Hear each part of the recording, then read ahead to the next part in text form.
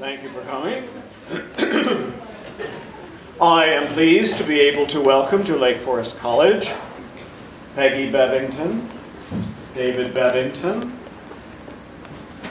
Professor and Mrs. Bevington have been guests on our campus before, and we are pleased to have them back. Let me tell you a little bit about David Bevington. Phyllis Fay Horton, Distinguished Service Professor and Professor of English and Comparative Literature Emeritus at the University of Chicago. Professor Bevington's achievements are so vast that I could spend a great deal of time outlining them for you, but don't worry, I'm not going to do that. I know you want to hear from Professor Bevington. His achievements in Shakespeare studies alone are enormous.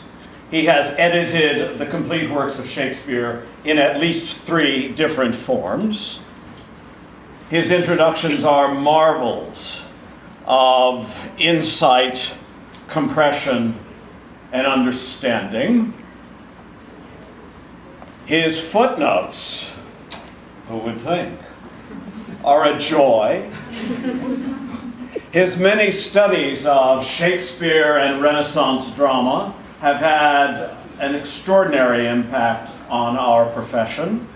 The study of Renaissance drama, Renaissance literature.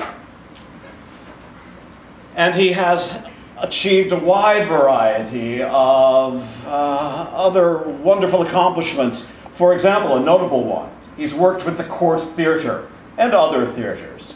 He's been working practically in the theatre, in Shakespeare and other forms of drama. This has been wonderful. He has been a practical man of the theatre at times, in his off moments, when he is not working on his scholarship. It's Professor Bevington's teaching, however, since he has come to visit us at a college where we prize teaching above all else, that I want to say just a word about in conclusion. Over the years, I've had occasion to meet many graduates of the University of Chicago. And I asked them, as I do all young people, what was your favorite course at the U of C? And more than once, many more times than once, I've heard this. Oh, Bevington's Shakespeare, of course. As though the answer to that question should be self-evident. And of course I ask why, and they tell me. I think you'll get a glimpse of that this afternoon. It's Professor Bevington's generosity of spirit, as well as his deep insight into the texts and the plays that make his courses something special to his many students.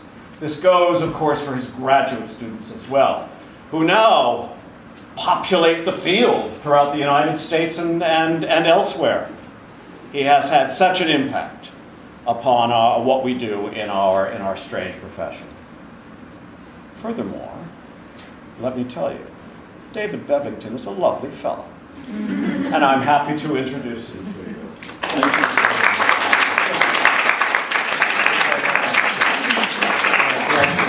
I'm overwhelmed.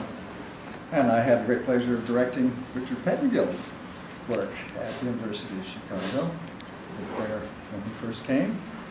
And here we are in the Chicago area getting together again. It's quite wonderful. And I'm delighted to be here. Well, I've chosen to talk about Ophelia Down Through the Ages. It's really the story about the play of Hamlet in terms of Hamlet's relationship to Ophelia, just as a sample of